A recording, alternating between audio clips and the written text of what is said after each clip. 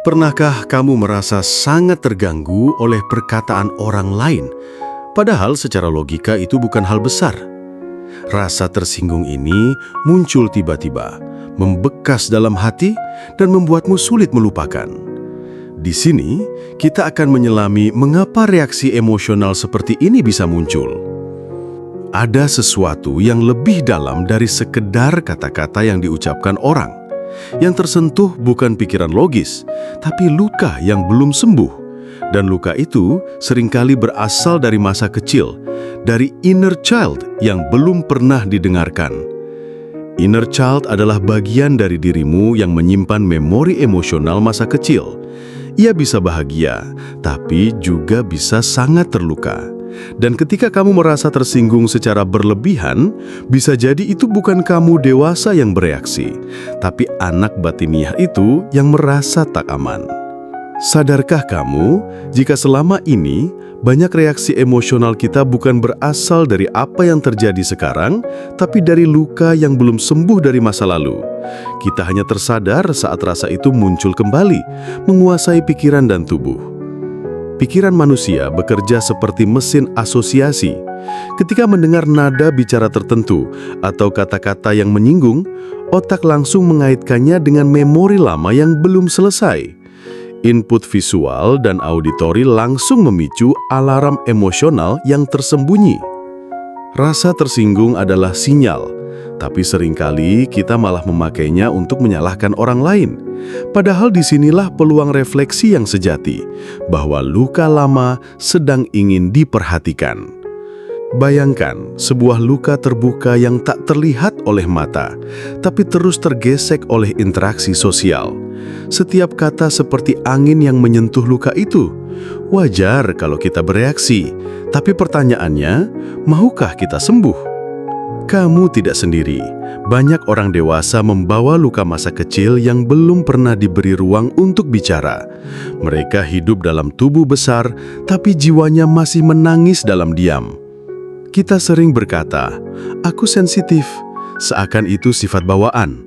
Tapi bisa jadi, itu adalah mekanisme perlindungan batin dari rasa sakit yang belum selesai dipahami.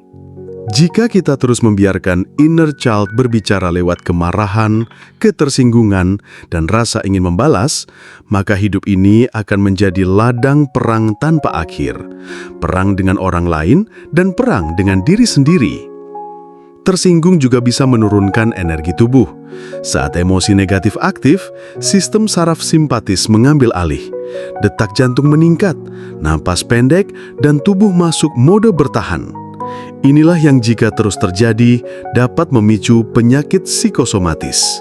Frekuensi energi emosi seperti marah, tersinggung, atau merasa diserang itu sangat rendah. Dr. David Hawkins menunjukkan bahwa emosi-emosi ini bergetar di bawah skala 200, yang artinya melemahkan tubuh dan sistem imun. Lingkungan sekitar pun bisa merasakannya. Saat kamu sedang penuh kemarahan atau sakit hati, ruangan terasa tegang. Bahkan, tanaman pun lebih lambat tumbuh dalam suasana seperti itu. Analoginya seperti air yang keruh. Kamu tak bisa melihat dalamnya sampai air itu diam. Begitu juga dengan jiwa, baru bisa mengenal lukanya saat kita duduk diam dan mengamati. Latihan sederhana seperti duduk diam, mengamati napas, atau menulis surat pada inner child bisa membuka ruang penyembuhan.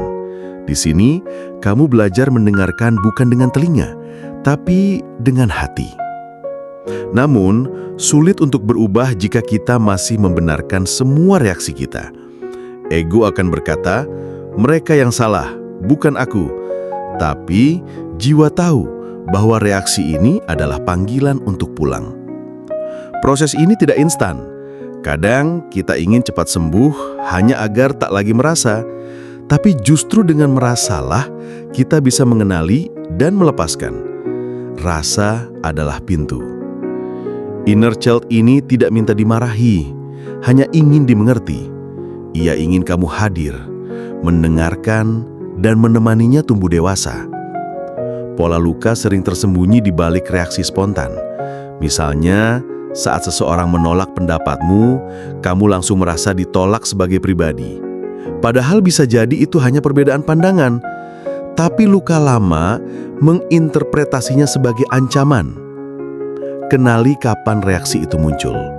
Apakah kamu sering merasa disepelekan, merasa tidak dihargai, atau terlalu mudah marah pada hal kecil? Disinilah letak jejak luka. Inner child sedang bersuara melalui perasaan itu. Menuliskan momen-momen itu bisa jadi awal dari kesadaran.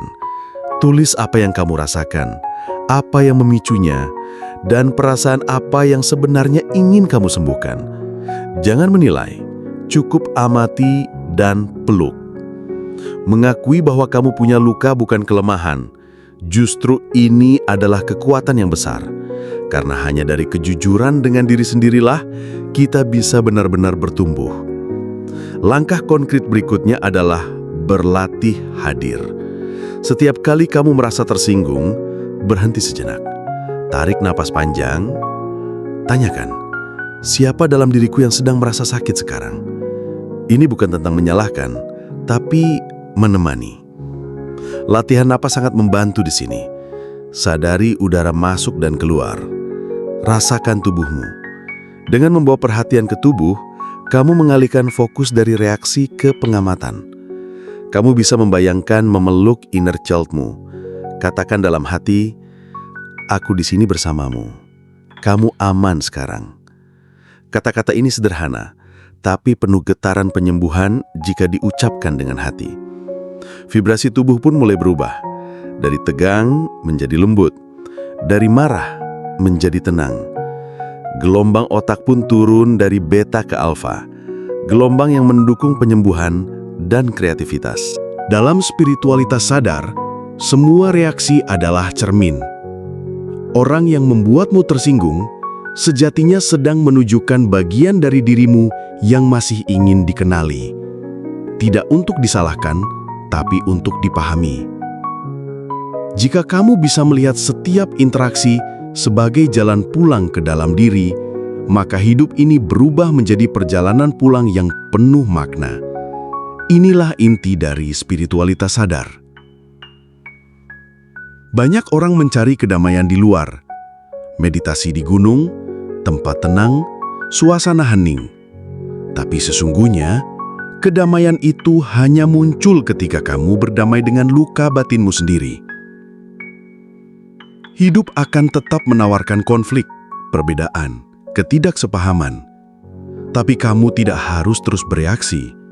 Kamu bisa memilih untuk hadir, mendengar, memahami, lalu merespons dengan kesadaran. Kita tidak dilatih sejak kecil untuk mengenali emosi. Tapi sekarang, kamu punya kesempatan untuk menjadi orang yang membebaskan diri dari rantai reaksi yang otomatis.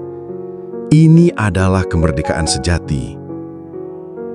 Transendensi tidak selalu berarti lepas dari dunia, tapi justru masuk lebih dalam ke dunia batin, mengurai simpul lama, dan membiarkannya larut dalam cahaya kesadaran.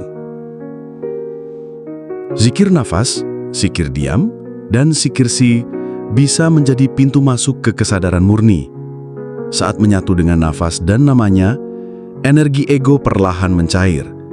Yang tersisa hanya kehadiran dan getaran kasih. Tubuhmu adalah rumah bagi jiwa. Getaran pikiran, rasa dan niatmu mempengaruhi setiap sel.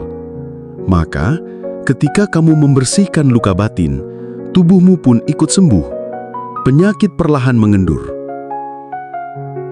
Refleksi hari ini bukan untuk menyalahkan diri, tapi untuk mengerti. Kamu tidak salah karena merasa. Kamu hanya sedang belajar memahami akar dari rasa itu. Disinilah cinta sejati dimulai.